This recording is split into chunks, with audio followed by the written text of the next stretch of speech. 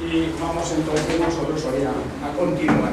Una cosa quiero decir, la materia que vamos a hablar es una materia extensa, pero ya en parte ya hemos hablado de ello otros días, porque vamos a hablar otra vez un poco del conflicto con aquellos hombres, los fariseos, pero sobre todo de que el Señor en el pasaje de hoy está en el Evangelio de Lucas capítulo 12, que podéis mirar. En el pasaje de hoy, Lucas capítulo 12 y versículos del 8 al 12, Jesús vuelve a hablar de lo que se llama la blasfemia o el pecado contra el Espíritu Santo. Lo veis, por ejemplo, en el versículo 10. En el versículo 10 dice: todo aquel que diga una palabra contra el Hijo del Hombre le será perdonado, pero al que blasfemó contra el Espíritu Santo no le será perdonado. Y por eso se habla a veces del pecado imperdonable, ¿verdad? Que es el pecado contra el Espíritu Santo. Sobre ese tema, pues hay muchas cosas escritas, algunas aclaran el tema, otros lo complican, y la verdad es que está siempre un poco revuelto. ¿Qué es esto del pecado contra el Espíritu Santo? Y hoy quiero dedicar un poco, porque el pasaje nos lo da otra vez, no es la primera vez. ¿Os acordáis vosotros que un poco más atrás estuvimos hablando de este tema cuando los judíos, y particularmente también los fariseos, después que Jesús, esto estaba en el capítulo 11, versículo 14, después de que Jesús expulsó a un demonio de un hombre sordomudo, pues delante de aquel milagro maravilloso, algunos dijeron que echa fuera los demonios por Belcebú. Es decir, le decían: tú, Jesús de Nazaret, eres un aliado de Belcebú, de Satanás. Bien, esa es la idea que se nos da aquí. Esa es una idea que se repite mucho, por cierto. Se repite mucho en los evangelios. ¿Os acordáis que varias veces a Jesús se le acusa de decir algo así como tienes demonio? Demonio tienes. Hay varios lugares en las Escrituras que esa acusación está contra Jesús.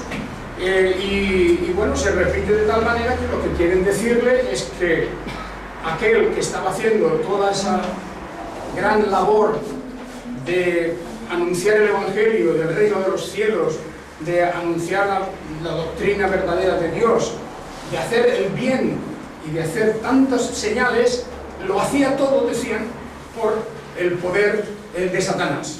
Pero eso, indudablemente, viene aquí el momento cuando el Señor Jesucristo dice claramente que esto constituye una blasfemia o un pecado contra el Espíritu Santo.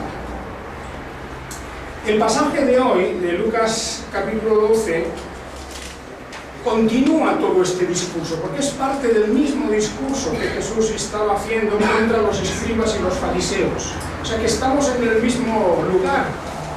Lo que pasa es que la multitud se había aglomerado, capítulo 12, versículo 1, se había aglomerado una gran multitud, y bueno, estaban allí escuchando. Jesús continúa su ataque contra los fariseos. Guardaos de la levadura de los fariseos, que es la hipocresía, dice aquí, y continúa en esto.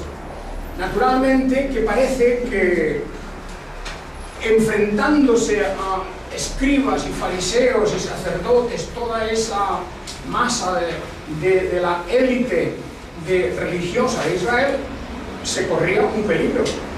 Enfrentarse a toda esa gente era peligroso. Y por eso Jesús le dice a sus discípulos: no temáis a los que matan el cuerpo y después no pueden hacer otra cosa.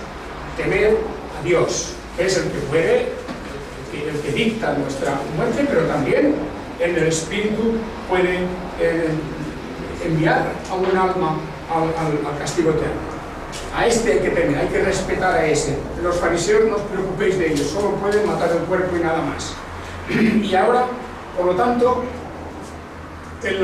el Señor en este capítulo viene a ampliar, viene a darnos toda esta lección tan importante en esos versículos donde vuelve a hablar del pecado contra el Espíritu Santo. Bien, ¿qué es pues esto del pecado contra el Espíritu Santo? Ya hemos hablado, pero vamos a profundizar un poquito. Lo primero que tenemos que preguntarnos es, ¿qué es el pecado en general? ¿Qué es el pecado? Porque sabemos que no hay categorías de pecado. No hay categorías de pecado, hay el pecado. ¿Qué es el pecado? Hay un sitio en la Biblia que nos lo dice de una manera muy clara, muy directa. Muy directa. Es la carta primera de Juan. La carta primera de Juan, en el capítulo 3 y versículo 4, yo leo de la versión textual, pero viene a decir lo mismo en las otras versiones. Dice, todo el que practica el pecado también practica la infracción de la ley, porque el pecado es infracción de la ley. Fijaos esta frase última, lo dice literalmente, el pecado es infracción de la ley. Cuando se transgrede la ley, ahí hay pecado. La rebeldía, la desobediencia, la transgresión contra la ley de Dios, eso es el pecado. Otras cosas no son pecado. Si no es transgresión de la ley, no es pecado. ¿Y de qué ley hablamos? ¿Hablamos de toda la ley de Moisés? No. Nosotros no. Los que estaban bajo la ley, sí. Los que estaban bajo la ley y los que dependían de todo aquel sistema que había sido dado por Dios, por supuesto, a Moisés, y por un tiempo de la vida del pueblo de Dios, aquello estuvo vigente. En Cristo Jesús no estamos ya bajo la ley de Moisés. Lo único que ha quedado de la ley son los mandamientos. Por eso cuando un cierto joven le preguntó a Jesús, Maestro, bueno, ¿qué haré para ser salvo? Y le dice, bueno, hayas leído los mandamientos. ¿Verdad? ¿Os acordáis? Los mandamientos. Y dice, pues no matarás, no cometerás adulterio, no hagas esto, no hagas lo otro. Le da los mandamientos de una manera resumida. De manera que para Jesús la ley consiste en los mandamientos de la ley, porque ahí está todo. Y encima, más si me apuráis todavía más, sabéis que la ley de Dios está resumida en dos grandes mandamientos, que es el amor a Dios y el amor al prójimo. Bien, esto lo digo porque es muy importante. No hay más pecado que la transgresión de la ley. Y la ley tiene 10 mandamientos. De manera que no hay el mandamiento número 11 o el mandamiento número 12. Y por ejemplo dirían, bueno, lo del pecado contra el Espíritu Santo será el mandamiento número 11 a lo mejor. Otro mandamiento, ¿no? No. Todo cae dentro de los 10 mandamientos. No hay otra ley y no hay otra cosa que sea pecado. Y esto es importante, un paréntesis aquí, es importante también para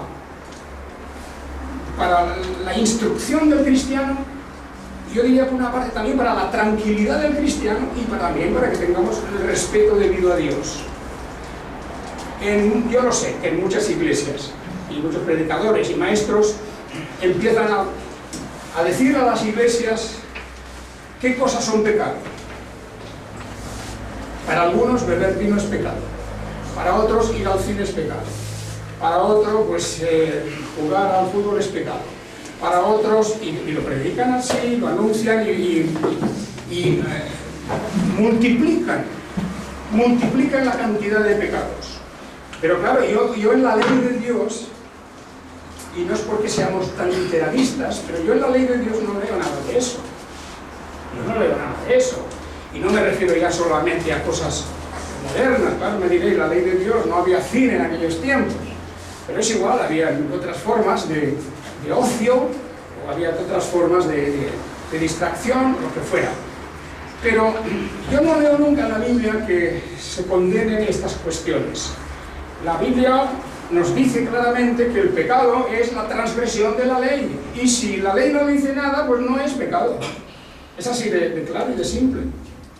Y por lo tanto debemos de desechar todas esas interpretaciones que ensanchan la ley, amplían la ley a conveniencia de quien sea. Del último que aparece, que se inventa un nuevo pecado. Hay gente en las iglesias que inventan los pecados, los inventan, es decir, en su imaginación esto es pecado, porque lo dicen ellos, porque no les gusta, por lo que sea. Hasta jugar al parchís puede ser pecado para algunos, cosa inocente. Y los jóvenes me diréis, uy, pues no estamos perdidos, porque nosotros hemos jugado al parchís, a lo mejor, ¿no? Sí, claro. Pues no os preocupéis, no es pecado, ¿verdad? ¿Por qué? No es pecado porque la ley de Dios no dice eso, nunca, en ninguna parte. Como no dice tantas cosas que se imaginan algunos que le ponen la etiqueta de pecado. Y repito que solamente hay 10 mandamientos. El pecado es la transgresión de uno de esos o de todos ellos, porque basta con que se transgreda uno para que Dios diga, pues es lo mismo, 1 que 10, es lo mismo, las consecuencias son las mismas, son iguales. ¿Está claro esto, hermanos y hermanas? Pecado es la transgresión de la ley. Es como en la vida normal, pues hay un código penal que dice esto es delito y esto es delito y esto es delito. Pero fuera de eso, no. Que si uno hace algo que no está dentro del código como delito, pues eso no se le puede por ninguna manera condenar ni llamar la atención, porque solamente lo que está escrito en el código. Y lo mismo con la ley de Dios, solamente lo que está escrito. Podemos ampliarlo, porque dice no matarás, por ejemplo. No matarás, pues indudablemente, aparte de esto, nosotros sabemos que tenemos que cuidar el cuerpo, la salud, esas cosas, pero bueno, se puede llegar al punto de que algunos atacan a otros y dicen es pecado, pues si comes esto, si comes lo otro. Los primeros cristianos tuvieron este problema y hoy día también en el mundo hay discusión sobre esas cosas. Hay gente que dice que no se puede comer carne y otros que dicen que solo se pueden comer vegetales, y ahí está la discusión de unos con otros. Bueno, como la Biblia, de los 10 mandamientos, aparte de la ley de Moisés, que no nos afecta a nosotros, excepto la enseñanza y el espejo que puede ser para muchas cosas, pero no nos afecta. Nosotros no estamos sujetos a la ley, porque si en el momento que alguien quiere sujetarse a algún punto de la ley de Moisés, fuera de los 10 mandamientos, tiene que sujetarse a todo. No se puede tomar un trocito de la ley de Moisés por aquí, otro por allá, y hacer ahí una componenda. La ley de Moisés está cumplida en Cristo Jesús, y la perfección de ese cumplimiento, eso nos ha sido regalado a nosotros, de manera que estamos libres de toda condenación en relación con los mandamientos de la ley de Moisés, pero no de los mandamientos. Los mandamientos siguen siendo para nosotros la brújula para que vayamos adelante y cumplamos la voluntad divina. Es suficiente. Muy bien, pues eso es el pecado, ya lo hemos dicho. Y ahora vamos a decir, ¿cómo se perdona el pecado? Porque la consecuencia del pecado es muerte, muerte eterna, además. ¿Cómo se puede pasar para librarse de eso? Pues Dios en su Evangelio maravilloso, nos ha dado la fórmula. Arrepentíos y obedeced a Dios, es decir, a sus mandamientos. Si alguien transgrede su ley, sus mandamientos, la única salida que tiene es arrepentimiento. Y cuando hay arrepentimiento hay perdón. Porque es una cosa que va unida. Dios no nos da una fórmula donde, por ejemplo, nosotros demos un paso y luego Dios vaya a fallarnos o vaya a retirar su promesa. No. Siempre que hay arrepentimiento, hay perdón. Y no hay otro camino, no hay otra fórmula. Las dos cosas van unidas siempre. Y eso se perdona, por lo tanto, el perdón de Dios y el arrepentimiento de la persona tiene que ver con la obra de nuestro propio Señor Jesucristo. Es el amor de Dios. En la carta primera de Juan también, y en el capítulo 1, antes de esto, en el capítulo 2. En el capítulo 2, los primeros versículos, en primera de Juan, dice: hijitos míos, estas cosas os escribo para que no pequéis. Y si alguno peca, Paracleto tenemos, el Paracleto era el ayudador, el defensor. Tenemos el defensor ante el Padre, a Jesús, el Mesías, el justo, el cual también es la propiciación por nuestros pecados, y no solo por los nuestros, nosotros los que aquí la iglesia que estaba formada por judíos, los primeros cristianos, sino de todo el mundo, porque el Evangelio iba a llegar a todo el mundo. O sea que Jesús es la propiciación por nuestros pecados, es el pago que hay que dar por la transgresión, eso lo paga Jesús. Ese es el precio, la sangre de Jesucristo que nos limpia de todo pecado. Y naturalmente que ese sacrificio de Jesucristo, cuando se nos pone delante, se nos explica, se nos anuncia, nosotros tenemos que recibirlo, aceptarlo, tenemos que arrepentirnos de nuestros pecados. Y alrededor nuestro, aquí es donde los jóvenes tienen que prestar atención. Aquí, Salomón, aquí es donde tenéis que prestar atención. Alrededor nuestro hay un enemigo que intenta deshacer, romper la obra de Dios. Y este enemigo, dice la Biblia, es como un león rugiente, feroz, una fiera salvaje que va alrededor nuestro viendo a ver a quién puede coger. Y este se llama... ¿Cómo se llama? El demonio, ¿no? Satanás, Belcebú, todo esto, ¿no?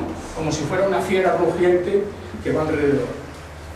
Bueno, pues ahí tenéis la idea principal. Vamos a decir, pues, que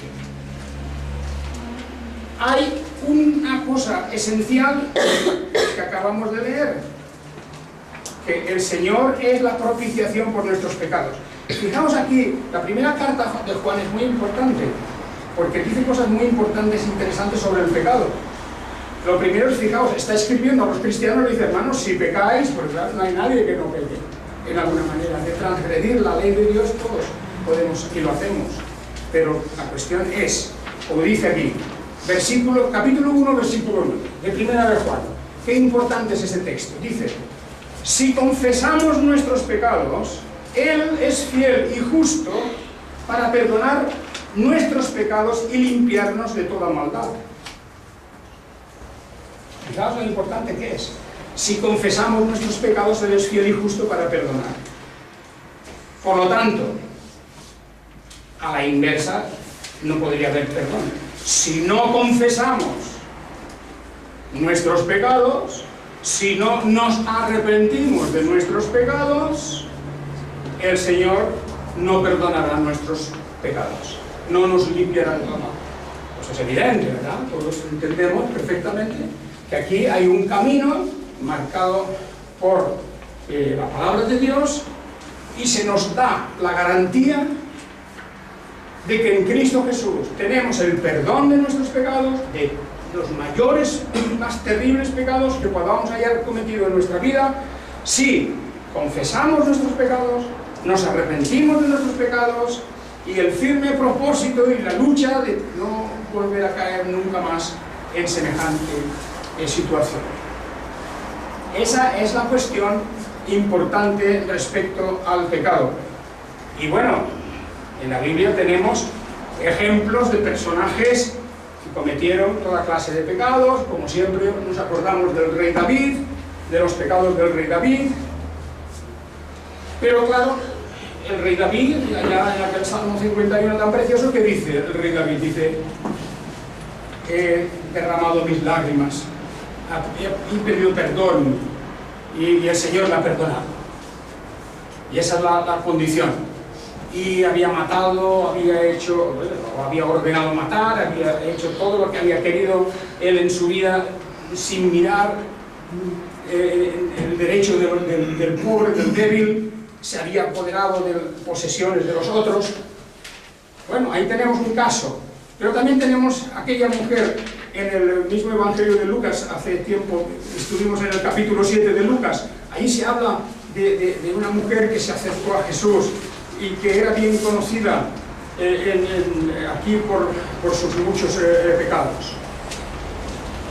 Aquí en el capítulo 7, versículo 36 en adelante, la mujer que entró en casa del fariseo y allí entró llorando y pidiendo el perdón. Bueno, esa mujer tenía una historia larga de sus pecados, etc. Pero fue a Jesús a pedir perdón y ella sale de allí nueva, completamente. Nos acordamos de la parábola del hijo pródigo, el pecado del hijo pródigo, su desprecio a los padres, era una especie, diríamos, de ofensa a su padre, de sus ambiciones, de su codicia. Ese pecado, luego se arrepintió de su pecado, fue llorando a su casa, pidió el perdón y dijo: Señor, Padre, si quieres, ponme como uno de tus siervos. Y tantos otros. El apóstol Pedro negó a Jesucristo, lo negó, no lo conozco, no sé quién es. Y el pecado de Pedro, después de que se cumple la condición, la profecía de Jesús, él lloró amargamente por su pecado y fue perdonado Pedro. Y en fin, así podríamos hablar de tantos pasajes de la Biblia, pero también hemos leído antes en el Antiguo Testamento de gente que no se arrepiente.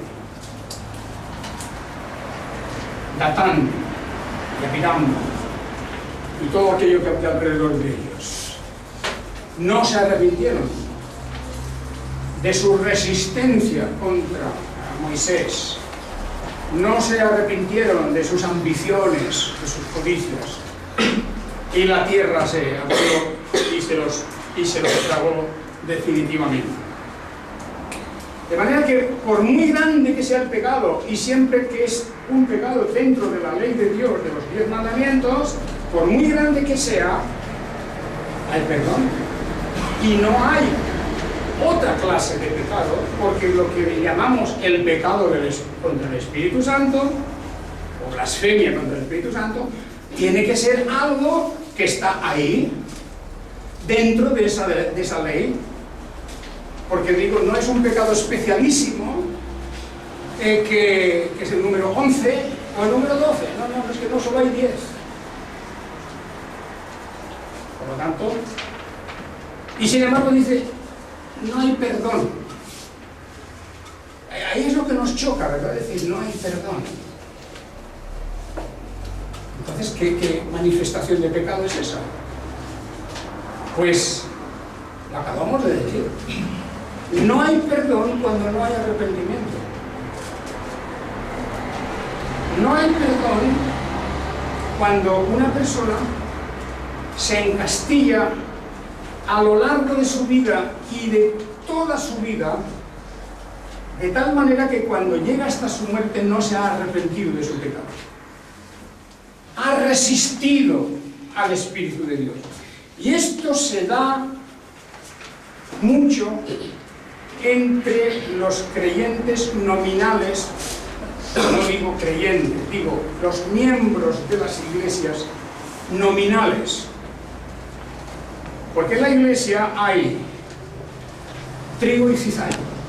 No lo olvidemos, eso es muy importante. Jesús en varias parábolas dice: la iglesia, el pueblo de Dios, el campo donde se siembra el evangelio, es un campo donde se recoge trigo, pero también hay cizaña.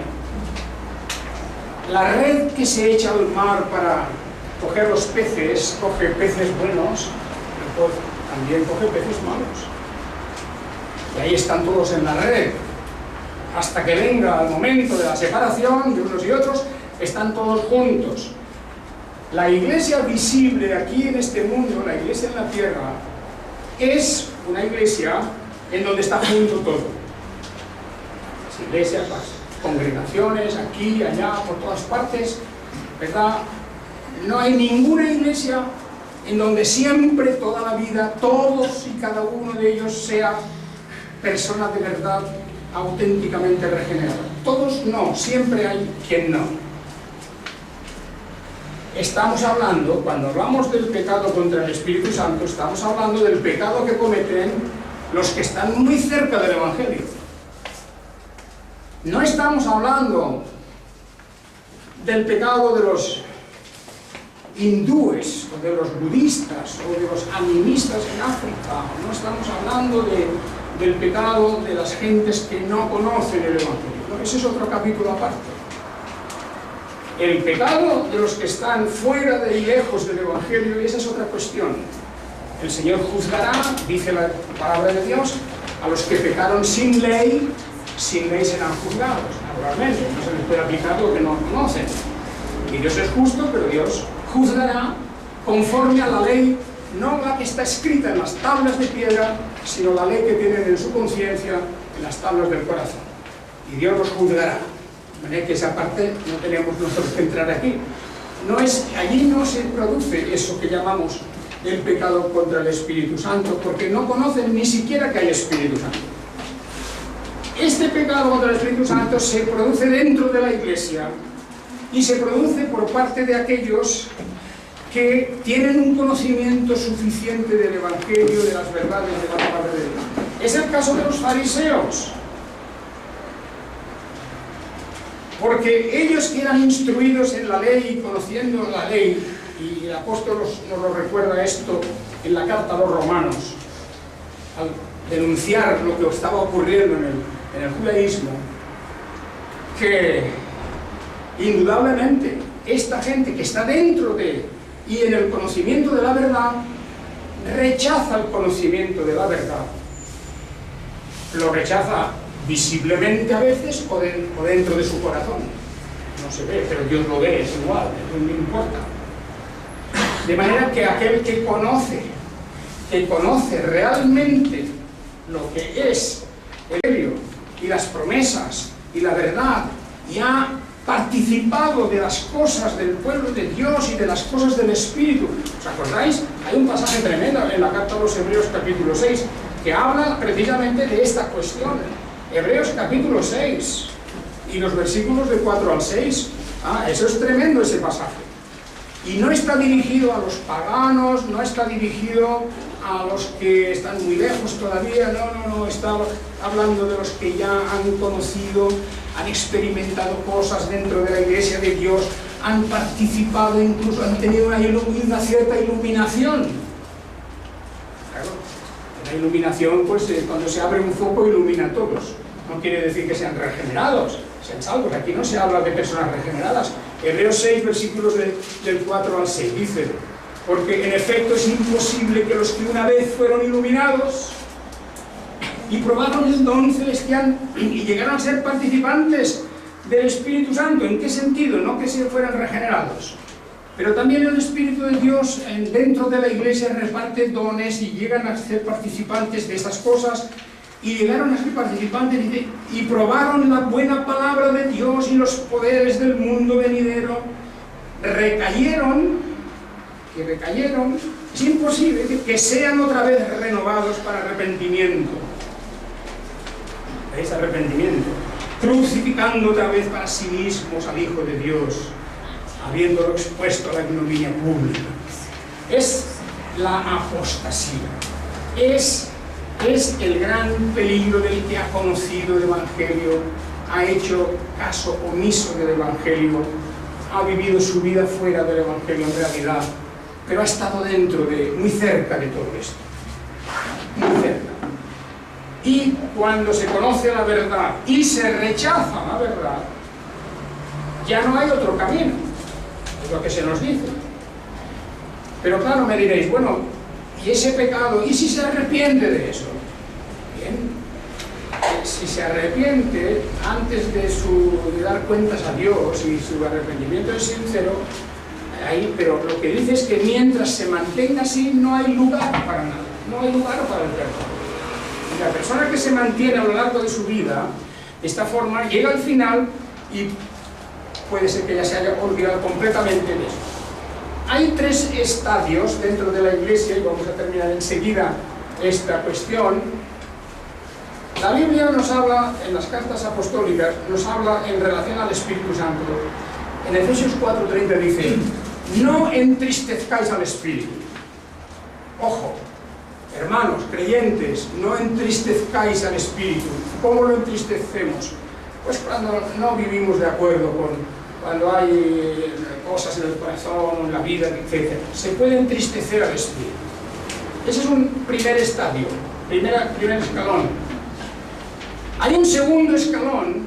Si no nos ocupamos de cambiar eso, de arreglar esa situación, de entristecer al Espíritu, hay un segundo escalón, que es resistir al Espíritu. Se puede, y esto ya es lo que hacía el pueblo judío, resistieron al Espíritu, le resistieron.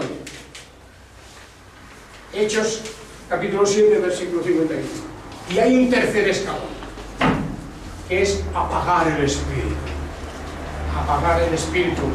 Primera Tesalonicenses 5:19. Entristecerlo, resistirse contra él y al final apagar. Apagar lo que hubiéramos recibido del Espíritu, dones especiales, bendiciones, favores, toda una serie de cosas dentro de la fe cristiana, o dentro incluso del judaísmo, que ahí se termina.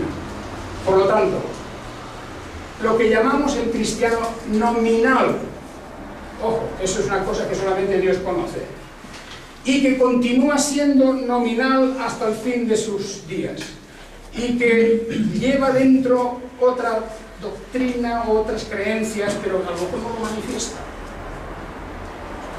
Pues cuando rechaza eso, como los judíos rechazaban la obra y la persona de Jesucristo, viendo sus milagros, viendo su enseñanza, viendo la expulsión de demonios, viendo todas esas cosas, le dicen: lo haces por Satanás.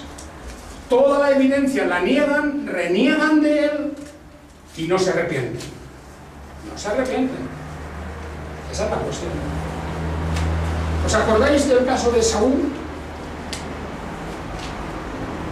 Cuando Esaú, y eso también lo trata la carta a los Hebreos, cuando Esaú vio que aquello que había despreciado tenía un valor, porque hubo allí un cambio de posición, y la bendición del padre de Isaac, la bendición la recibió su hermano mellizo. Cuando vio eso, dice, hasta con lágrimas intentó darle la vuelta a aquello, porque se dio cuenta que allí había un favor, una bendición.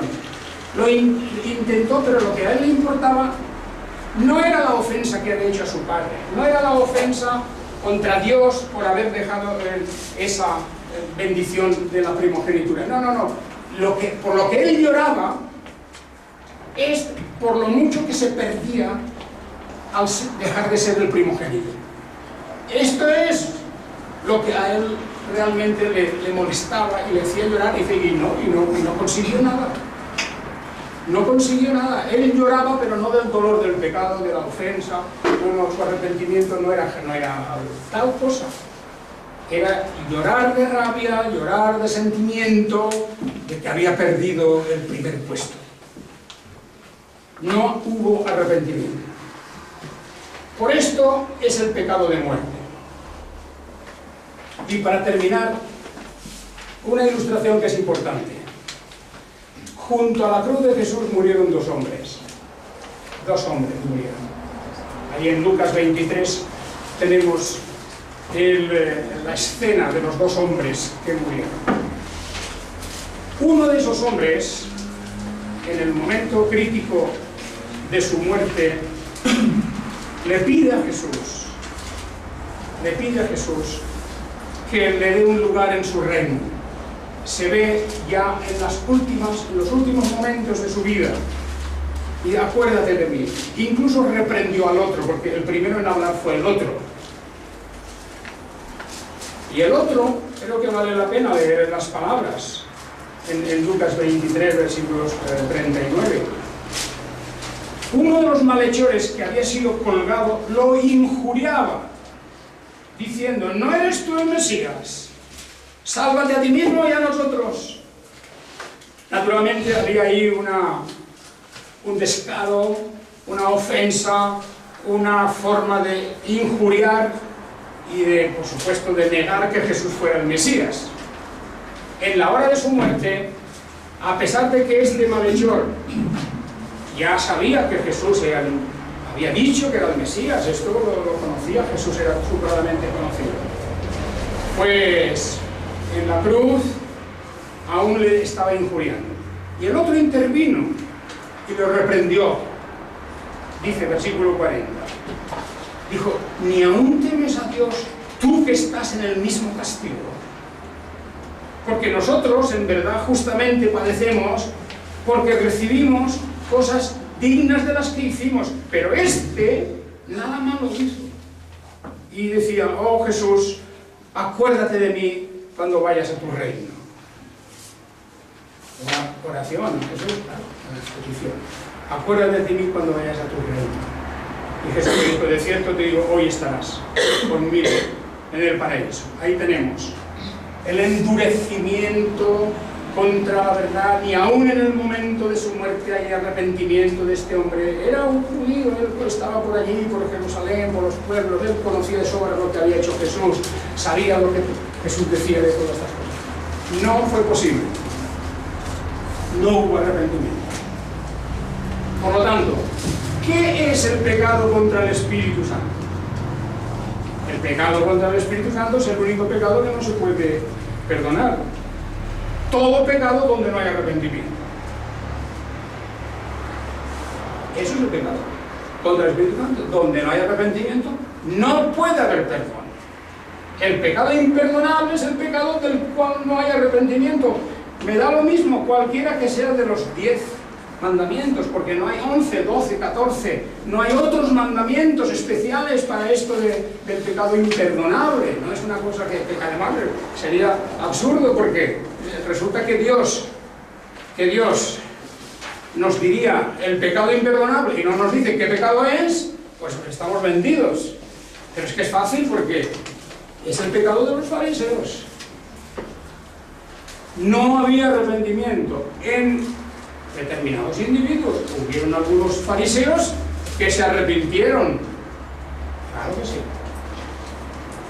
y otros, la mayoría, que no se arrepintieron nunca, y crucificaron a Jesús y nunca se arrepintieron, y cuando llegaron a sus últimos días continuaban igual que en aquella parábola de Jesús del publicano y el fariseo. Los fariseos diciendo: te doy gracias a Dios mío porque yo soy bueno, recto, no soy como este imbécil que hay aquí. Sí, él oraba así, decía eso. Este desgraciado que hay aquí. Y aquel desgraciado, que era un publicano, un pobre hombre que estaba despreciado por todos, de aquel decía: Señor, perdóname, soy un pecador. Sin excusas. ¿Quién, dice el Señor, quién de los dos creéis vosotros que fue justificado? ¿Cuál de los dos fue perdonado? ¿El fariseo, que era cumplidor de la ley a rajatabla? ¿O fue perdonado aquel pobre publicano que no sabía dónde esconderse, de avergonzado que estaba porque tenía un trabajo que lo había apartado de todo, se había quedado sin amigos? Se había quedado sin hasta su familia seguramente le había repudiado. Pero para Dios, aquel hombre había sido justificado y perdonado, porque estaba pidiendo perdón. Bien, pues hermanos, por esto es un pecado de muerte. No podemos orar. Por eso lo que dice el apóstol Juan, dice, hay pecado de muerte por el cual yo no digo que se ore, no se puede pedir. O sea, no puedes pedir que Dios perdone al que no se arrepiente. No se puede pedir a Dios: Señor, perdona Abraham oró por Sodoma y Gomorra. Perdónalos, Señor, perdónalos. Bueno, si hay alguien justo ahí, ¿cuántos hay? Pues, a ver, tantos, nada. Nada, no hay justo ni un uno. Porque no hay arrepentimiento. Eso es el pecado del Espíritu Santo. Si no hay arrepentimiento de lo que sea, de cualquier cosa, porque el arrepentimiento es una evidencia de que Dios obra en nosotros y hay una respuesta, la respuesta de vida por gracia, porque no es mérito tampoco nuestro ese arrepentimiento. Bien, yo quería pues hablar de eso para dejar más o menos el tema este, ¿verdad? Que puede recurrir. Yo sé que hay muchas opiniones, hay muchas formas de estar, pero al mismo tiempo creo que podemos tener esas ideas un poquito más claras y saber que en el Evangelio no hay tantas cosas misteriosas que no podamos entender, sino que las cosas están así de sencillas. Todo aquel que invocar el nombre del Señor será salvo. Por supuesto, la persona que invoca y pide al Señor no es la persona que se resista al final de sus días, la persona que pedirá perdón y se arrepentirá. Nunca pecará contra la evidencia que el Espíritu Santo dé.